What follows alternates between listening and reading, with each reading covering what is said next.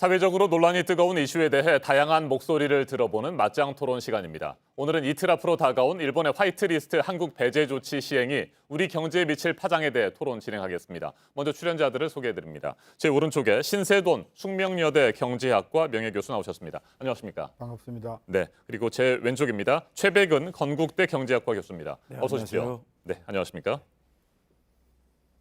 일본의 화이트리스트 한국 배제 조치가 오는 28일부터 본격 시행될 예정입니다. 우리 정부는 한일 군사정보보호협정 지소미아 종료를 선언한 지 사흘 만인 어제 동해 영토 수호 훈련을 전격적으로 시작했습니다. 일본의 부당한 조치와 주장에 대한 강경 대응 입장을 다시 명확히 한 것으로 풀이됩니다. 토론 시작하겠습니다. 먼저 신세돈 교수님께 질문을 좀 드리겠습니다.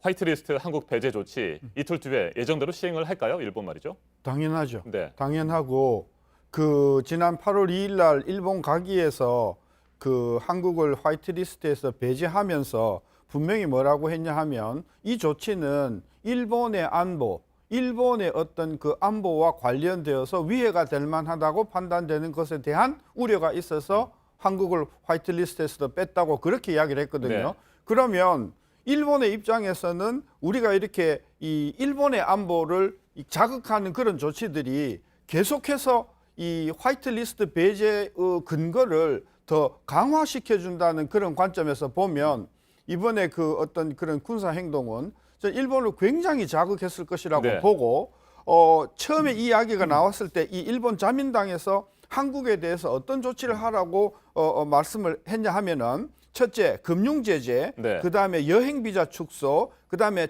한국 청년 취업 제한, 기술개발 투자 협력 축소 이런 것들을 자민당이 이미 요구를 했었단 말이죠. 그런 관점에서 보면 어제 그 조치는 일본의 어떤 그런 안보 차원에서 그 사람들의 어떤 생각을 굉장히 자극했을 가능성이 크다고 봐서 오히려 28일 날 나올 어떤 조치에 그런 행동이 없었으면 있었을 것보다는 좀 훨씬 더 강한 조치가 나오지 않겠는가 그런 우려를 하는 겁니다. 네, 일본 아베 정권이 오는 28일 이틀 뒤입니다. 화이트리스트 한국 배제 결정에 대한 시행을 예정대로 진행할 것이다. 이렇게 보는 것이 신세동 교수님의 생각이시고요. 최백은 교수님께서도 같은 생각이십니까?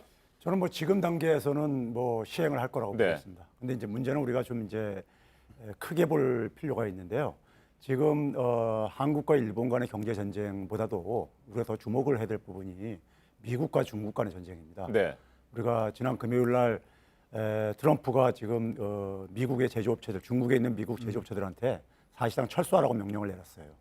그리고 이제 추가 관세 이제 부과하겠다고 발표를 네. 했고요. 그러면 이 상황 속에서 지금 저는 지소미아 결정이라는 것이 결국은 일본이 우리한테 이제 어쨌든 간에 지소미아 종료를 할 수 있는 네. 하나의 명분을 제공해줬다는 점에서 저는 굉장히 이게 울고 싶은데 뺨을 때려준 격이다 이렇게 비유하고 싶은데요. 왜 그러냐면은 미중 간의 싸움 속에서 우리가 이제 지금 보게 되면 미국과 중국이 우리나라로 하여금 어느 한쪽에 줄서기를 지금 강요하고 네. 있습니다.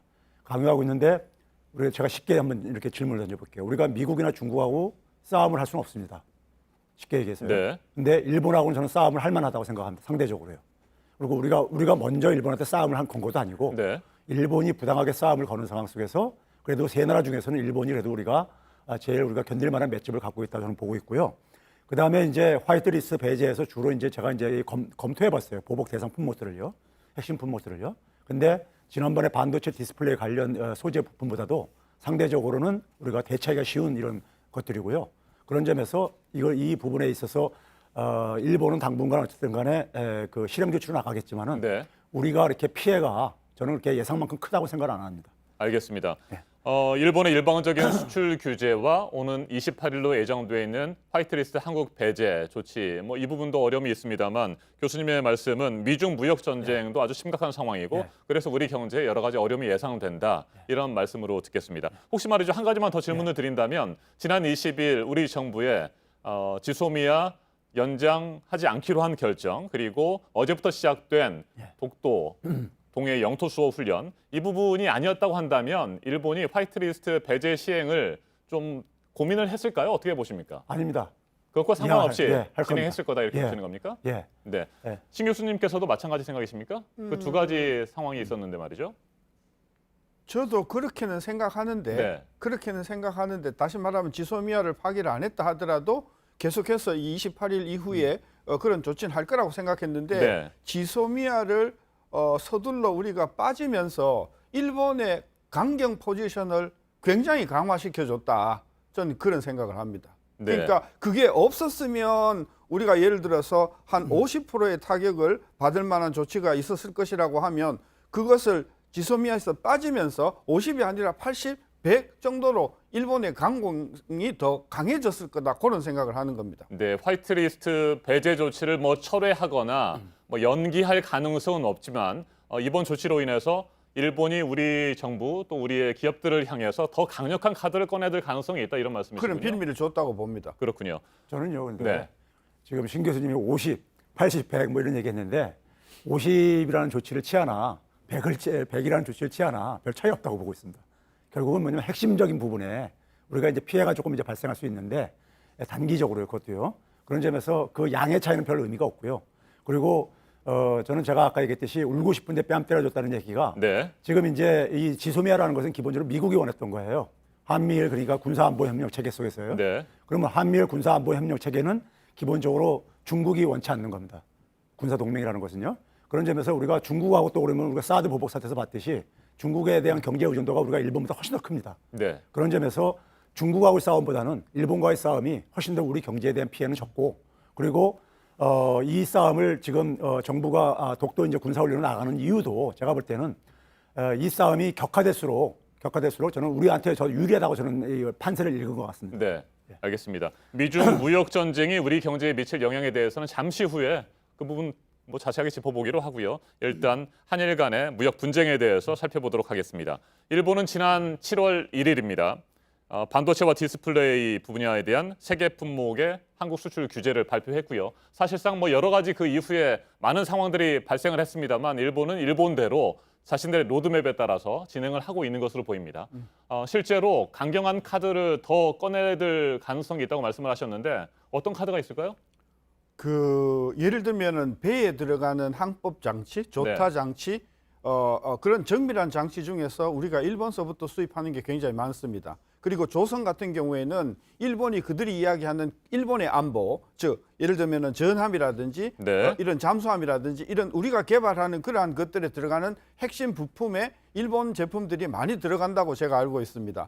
따라서 일본의 생각은 이런 것들을 안보를 빌미로 해서 조선, 그다음에 특수광, 특수화합물 등등 여러 가지 차원에서 한국의 발목을 쬐울 수 있는 그런 카드들을 많이 가지고 있다고 보기 때문에 금액이 중요한 것이 네. 아니고 굉장히 중요한 품목에 일본이 수출 허가를 미루거나 또는 그 수출 허가를 내주지 않음으로 해서 한국 경제, 한국 산업 경제에 큰 타격을 줄 수 있는 여지가 상당히 여러 군데 저는 깔려 있다고 그렇게 읽는 거죠. 네, 기존 반도체와 디스플레이 분야의 세계 부품 이외에 말씀하신 대로 조선과 특수강, 특수화합물에 대한 추가 수출 규제가 있을 것이다. 이런 정밀 기계요. 정밀 기계 분야. 네. 네. 교수님께서는 어떻게 생각하세요? 어떤 예, 카드들을 지금 신 교수님 내세울까요? 말씀한 거 이제 네. 우리가 많이 수입하는 부분 맞습니다. 네. 맞는데 우리가 이제 이 선진국의 산업 구조를 좀 이해할 필요가 있어요. 선진국의 산업 구조라는 것은요. 새로운 신제품을 만들게 되면 신제품의 개념 설계부터 그다음에 그 과정에 필요로 하는 제품을 만들기 위해서 필요한 부품 소재 장비라든가 그다음에 완제품을 만드는 단계까지 필요로 하는 모든 기술들을 네. 확보하고 있는 게 선진국의 산업 구조입니다. 지금 무슨 얘기냐면은 정밀기계라든가 그다음에 화학물질, 정밀화학물질 같은 경우들은 독일을 비롯해서 유럽이라든가 미국이 대부분이 우리가 확보하고 있는 기술들이에요. 그러니까 전 세계에 일본만이 갖고 있는 기술은 없습니다. 쉽게 얘기하면요. 단지 공정 과정에 있어서 미세한 차이가 있을 뿐이에요. 그러니까 이제 그래서 자동차를 만드는 독일 기술이 있고 미국 기술이 있고 일본 기술이 네. 있는데 공정 과정에 미세한 차이가 있는데 우리가 이제 그 공정 과정에 있어서 필요로 하는 것들을 일본 부품 소재를 그동안 많이 이제 그러니까 이용해 왔던 거죠. 근데 이거를 이제 그러니까 만약에 수출을 그만다고 한다면은 우리는 독일과 미국으로 바꿀 수밖에 없는 혹은 그다음에 이제 그 관련 기술을 매수한다거나 이런 방식으로 이제 대응을 할 수밖에 없잖아요. 그러면 이제 그 단기적으로 공정 과정에 적응하는 과정 속에서 잠깐의 불편함은 있더라도 이게 대체가 불가능한 것은 아니라는 얘기입니다. 네. 그런 점에서 반도체 관련보다도 훨씬 더 저는 용이하다고 봅니다. 왜 그러냐면은 정밀기계, 정밀화학물질은 사실 유럽이 굉장히 발달돼 있어요. 네, 반도체보다 용이하다는 말씀은 구체적으로 어떤 뜻이죠? 그러니까 이제 우리 같은 경우는 이제 그러니까는 그 이 반도체와 관련해서 지난번에 우리가 일본이 세계 소재 품목 네. 중에서 포토레지스트를 지금 이제 풀고 있잖아요. 사실상이요. 9개월치 우리가 확보하고 있잖아요. 포토레지스트가 가장 지금 보면 세계 부품 소재 중에서도 가장 그러니까는 이 첨단 기술입니다. 네. 차세대 반도체와 관련된 부분인데 이걸 풀었다는 얘기는 이 기술, 이 분야조차도 우리가 다른 수입선을 확보할 수 있다는 것을 지금 그러니까는 이런 우려 때문에도 비롯돼지고 있어요. 그러면 이제 우리가 각 나라들의 그러니까 저는 이제 이 산업 구조라든가 산업 정책을 제가 이렇게 오랫동안 연구한 사람인데 독일 같은 경우는 그러니까 오랫동안 이제 정밀기계라든가 정밀 화학물질은 네. 선두 그다음에 미국의 두퐁이라든가요 이런 데는 굉장히 그 기술에 있어서 선두적인 주자들이에요. 그걸 오히려 일본이 흡수한 것들입니다. 그런 점에서 원천 기술들은 오히려 독일과 미국에 있기 때문에 우리로서는 그러니까는 기간이 조금 필요할 뿐이지 결국은 그러니까 다 대체가 가능하다는 얘기. 네, 그러니까 반도체 분야에서 용이하다는 말씀은 네. 일본이 뭐 어떠한 추가 규제를 한다고 하더라도 우리 정부와 기업들이 대응하는데 용이하다 이런 말씀이시군요. 맞습니다. 네. 그렇다면 네. 기존에 했던 수출 규제뿐만 아니라 네. 앞으로 진행될 추가 카드들이 나온다고 하더라도 네. 우리 경제가 지금 우려하는 것처럼 아주 큰 뭐 심각한 타격을 받지는 않을 거다 이런 생각이십니까? 네, 저는 그렇게 봅니다. 네. 오히려 그러니까 일본이 퇴각할 명분을 저는 찾고 있다고 생각합니다. 일본 기업들에 미치는 피해가 지금 만만치 않습니다. 대개 이제 일본에서 수출하는 기업들이 중소기업들이에요. 네. 중소기업들은 대개 보게 되면은 자금난이 굉장히 대기업보다는 취약합니다. 그렇기 때문에 이 판매가 그러니까는 장기가 지연될수록 오히려 그러니까 일본의 중소기업들이 굉장히 어려움을 겪을 수가 있고요. 일본 중소기업들이 우회 수출을 계속해서 지금 추구하는 이유도 주요 고객을 상실할까 봐 하는 두려움 때문입니다. 우리가 경제학 책에서 중소기업이 대기업한테 갑질을 하는 경우는 우리가 성공한 사례가 볼 수가 없습니다. 알겠습니다. 우리보다도 오히려 일본이 뭐 더 큰 피해를 입을 수도 있다 이런 말씀이신 것 같은데 신세동 교수님께서는 어떻게 생각하세요? 그 공장에 가보면 자동화 기계, 정밀 계측 기계, 하다못해 우리 방송국의 방송 장비들도 대부분 일본 거예요. 그래서 그 일본 기계의 소모품을 만약에 일본이 공급 안 해버린다고 하면 금액은 얼마 안 되는데 그것 때문에 기계 전체를 작동을 못하는 그런 우려가 굉장히 네. 많지 않습니까? 저는 그래서 아까 금액이 중요한 게 아니고 우리 산업에서 얼마만큼 중요한가 차원에서 지금 산업 현장에 일본 기계들이 굉장히 많이 깔려 있기 네네. 때문에 그런 부분에 있어서 생산의 어떤 불확실성 내지 어떤 불안을 가져온다 이런 부분을 우리가 좀 조심하자 이제 그런 생각을 가지고 있어서 일본이 한국을 마음만 먹으면 굉장히 어렵고 곤란하게 만들 수 있는 가능성이 크다. 그것을 우리가 유념해서 우리가 행동을 해야 된다. 그게 제 포인트예요. 네, 대기업들도 뭐 큰 어려움이 있을 수 있겠습니다만 문제는 하청기업이라든지 중소기업들 아니겠습니까? 이 부분 어떻게 중소 보십니까? 대기업 할 것 없이 네. 공장에 가면 다 기계가 있고 그 기계가 상당 부분 일본 것인데 거기에 들어가는 조그만한 볼트 하나만이라도 우리가 제대로 공급을 받지 못한다고 하면 그렇다고 독일 기계로 바꾸려고 하면 그 몇 년 걸리지 않겠습니까? 저는 그래서 제가 일본을 두둔하는 게 아니라 네. 우리 현재 상황이 일본에 의해서 상당히 지금 발목을 조일 부분이 많으니 정책을 할 때는 조심하고 신중하고 두 번, 세 번을 생각해보고 우리가 어떤 대책을 내놔야 된다. 그런 면에서 정부의 대책이 신중해야 되고 두수, 세수, 네수를 보고 해야 되는데 이번에 어떤 독도 훈련이라든지 지소미아 파괴라고 하는 그런 문제들이 상당 부분 저는 경솔했다. 그런 판단을 하는 거죠. 네, 우리 경제에 미칠 영향 또 일본이 어떤 추가 조치를 할지에 대한 고려들이 좀 더 있었어야 되는데 네. 그러지 못했다 이런 저는 판단이십니까? 그렇게 판단합니다. 네. 그리고 이번 일본이 추가적으로 새로운 카드를 내세우고 또 우리 경제를 압박한다고 한다면 실질적인 피해가 불가피하다 이런 입장이시죠? 저는 굉장히 불가피해질 거라고 봅니다. 네, 최백운 교수님. 네. 그동안에 뭐 한 달 20일 정도가 지났습니다. 7월 1일 수출 규제 조치에 대해서 입장을 밝힌 이후에 말이죠, 일본이. 실질적인 피해는 어느 정도였다고 보십니까? 저는 피해 우리가 7월 초만 하더라도 네. 굉장히 불안했었잖아요. 근데 지금 보게 되면은 굉장히 빨리 적응을 하고 있습니다. 그리고 대기업들 같은 경우는 제가 볼 때 거의 지금 적응을 지금 거의 완료한 걸로 제가 파악을 하고 있어요. 네. 그리고 지금 이제 신 교수님이 부품 소재 수입 못하게 되면 우리나라 기계 멈추다 그러는데 현재 현장 실상을 보게 되면요, 정부가 파악한 걸로 보게 되면 산업계 현장을 파악한 걸로 제가 들은 보고에 의하면요, 대부분은 그러니까 우리가 대체가 가능한 걸로 네. 이 되고 있고요. 극히 일부분만이 그러니까 좀 이제 어려운 부분들이 있는데 그거 같은 경우는 그러니까 예를 들어서 시간이 좀 필요할 뿐이지 대처가 가능하다고 이렇게 지금 내부에서 지금 판단이 되고 있는 걸로 알고 있어요. 그래서 오히려 뭐냐면은 중소기업들 같은 경우 이제 그러니까는 그 수입선을 바꾸는 부분들 네. 이런 부분들에 정부가 지금 뭐냐면은 무협이라든가 아니면 호수라든가 이 협력을 받아가지고 수입선을 지금 파악하는 걸로들 알고 있고요. 대체하기 위해서요. 그래서 우리가 일본에서 수입하던 부품 소재들을 모두 그러니까 만약에 일본에서 수출을 중단했을 때 우리가 그것을 그러니까는 교체를 못한다는 네. 것은 너무 극단적인 저는 가정이라고 생각을 하고 있습니다. 당초 우려했던 것보다는 현실적으로 그렇게 큰 피해가 현재 나타나고 있는 것은 네. 아니다. 네. 이런 말씀이시군요. 그렇지만 최악의 상황을 또 상정하고 그에 대한 대비를 해야 되는 것도 분명히 필요해 보입니다. 수입선 다변화라든지 소재, 부품, 장비 등을 우리 기술로 개발하는 것도 그래서 필요한 것이고요. 알겠습니다. 이 부분에 대해서 이 정도로 정리를 하고요. 앞에서 잠깐 언급을 하셨던 미중 무역 전쟁이 우리 경제에 미칠 영향에 대해서 한번 얘기를 좀 나눠보도록 하겠습니다. 먼저 신 교수님, 어느 정도나 피해가 예상됩니까?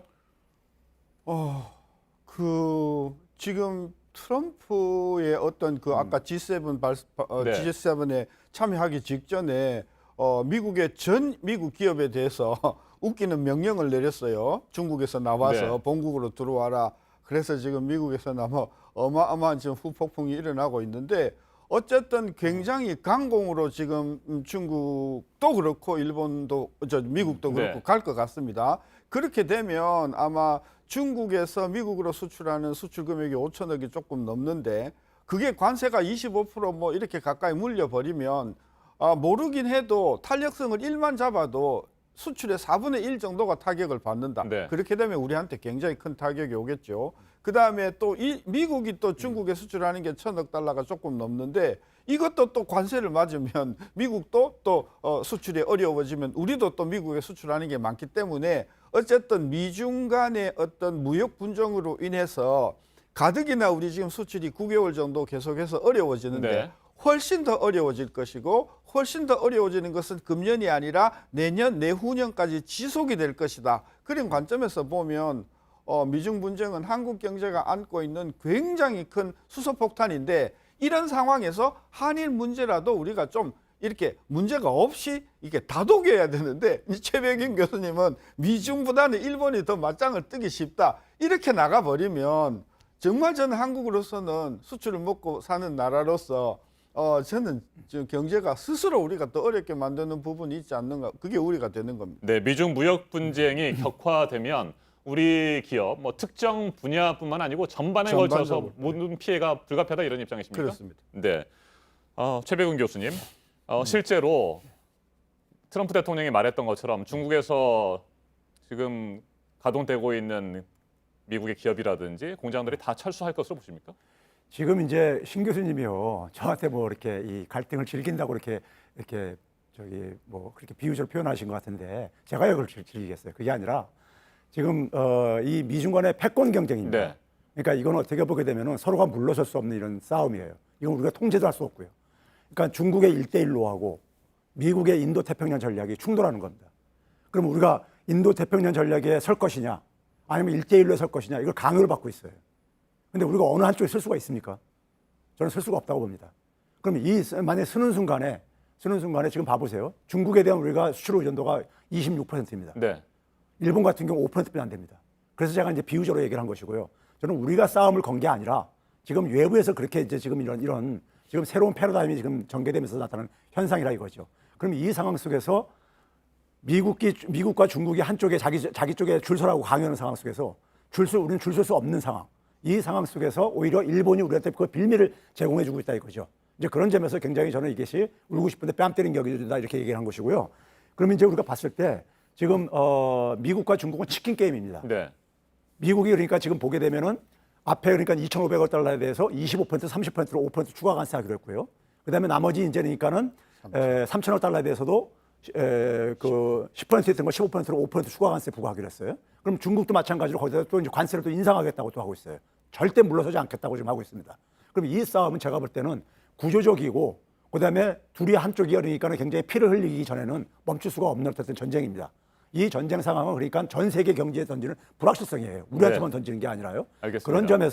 그런 점에서 우리는 이 상황을 하나의 상수로 놓고서는 우리 경제의 패러다임을 다시 바꾸는 것을 우리는 심각하게 고민을 해야 될 상황입니다. 알겠습니다. 말씀 잘 들었고요. 제가 앞서 질문을 드렸던 것은 트럼프 대통령이 중국 내에 있는 미국 기업의 철수를 명령을 했지 않습니까? 이 부분이 실제로 현실화될 수 있습니까? 아니면 엄포성 발언일까요? 저는 그 실행을 지금 사실상 명령을 내렸고요. 그러니까 이제 거기에 대해서 이제 그러니까 기업이 판단을 하겠지만은 기업들이 상당 부분이 그러니까 철수를 할 거라고 저는 생각을 합니다. 네, 알겠습니다. 우리 경제가 여러 가지 어려움에 처해 있는 것은 사실인 것 같습니다. 일본과의 무역 분쟁도 있고요. 미국과 중국 간의 무역 갈등도 계속 심화되고 있는 상황이기 때문입니다. 그렇다면 두 분에게 짧게 20초 정도씩 시간을 좀 드려보겠습니다. 현재 상황에서 우리 경제가 더 큰 피해를 입지 않기 위해서 해야 될 가장 최우선의 과제는 뭡니까? 아까 굉장히 좋은 질문하셨는데 미국과 중국하고의 타격사에서 그래서 일본하고는 관계가 좋고 일본하고 경제는 살아 있어야 저는 그나마 피해가 덜하다는 차원에서 더 이상 일본을 자극하는 그런 어떤 조치들은 좀 삼가해 줬으면 더 악화되지 않게 하는 게 저는 굉장히 중요한 상황이라고 단기적으로 봅니다. 알겠습니다. 최백은 교수님께서는 가장 시급한 과제는 뭐라고 보십니까? 지금 이제 이게 금융위기 이전에는요. 네. 금융위기로 인해서 수요 충격이었었어요. 근데 이번에는 이제 공급 충격입니다. 이 사슬에 지금 여러 가지 충격들이 지금 나타나고 있어요. 네. 전 세계적으로요.